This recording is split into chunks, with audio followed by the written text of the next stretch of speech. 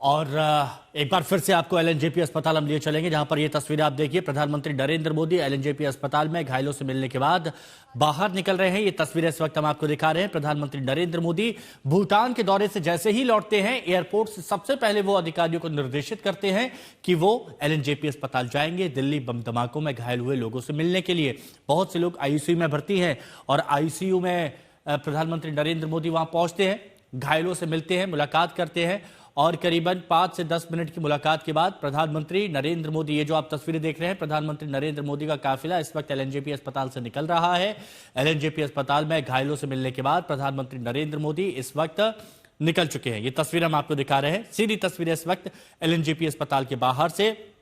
2 दिवसीय भूटान दौरा था प्रधानमंत्री नरेंद्र मोदी का 10 और 11, और जैसे ही प्रधानमंत्री नरेंद्र मोदी एयरपोर्ट पर पहुंचते हैं, सबसे पहले जो उनका गाड़ियों का काफिला है वो एलएनजेपी अस्पताल की ओर मुड़ जाता है। एलएनजेपी अस्पताल वहां पर पहुंचते हैं, घायलों से मिलते हैं और घायलों से मिलने के बाद, उनका हालचाल जानने के बाद, डॉक्टरों को दिशा निर्देश देने के बाद, उसके बाद प्रधानमंत्री नरेंद्र मोदी वापस निकल जाते हैं एलएनजेपी अस्पताल से। दिल्ली में यह बम धमाका हुआ था और दिल्ली में जब यह धमाका हुआ था उस वक्त बहुत से लोगों की जान चली गई थी, हर जगह अफरा तफरी मची थी। जो घायल थे उनको एलएनजेपी अस्पताल में लाया गया था।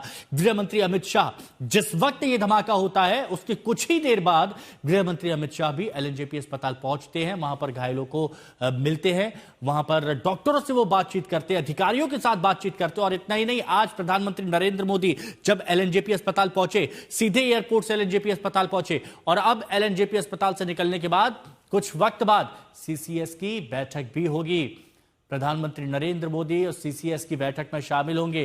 गृह मंत्री अमित शाह की भी बैठक चल रही थी, बहुत अहम बैठक, एक के बाद एक अहम बैठकें चल रही हैं। आपको याद होगा जब ऑपरेशन सिंदूर हुआ था उस वक्त सीसीएस की बैठक हुई थी और उसके बाद अब एक बार फिर आज सीसीएस की बैठक होनी है, जहां पर प्रधानमंत्री नरेंद्र मोदी, अब देखिए ये तस्वीरें आपको दिखा रहे हैं, जब उनका गाड़ियों का काफिला एलएनजेपी अस्पताल से निकला और उसके बाद अब ये तस्वीरें आप देख रहे हैं। बहुत से लोग घायल थे और जो घायलों के परिजन हैं वो भी काफी वक्त से चिंतित थे, क्योंकि मिल नहीं पा रहे हैं। कुछ लोग आईसीयू में हैं, कुछ प्रोटोकॉल होते हैं, और ऐसे में प्रधानमंत्री नरेंद्र मोदी जब वहां पर गए तो कुछ लोगों को हिम्मत जरूर यहां पर आई होगी। और इसके बाद अब सीसीएस की बैठक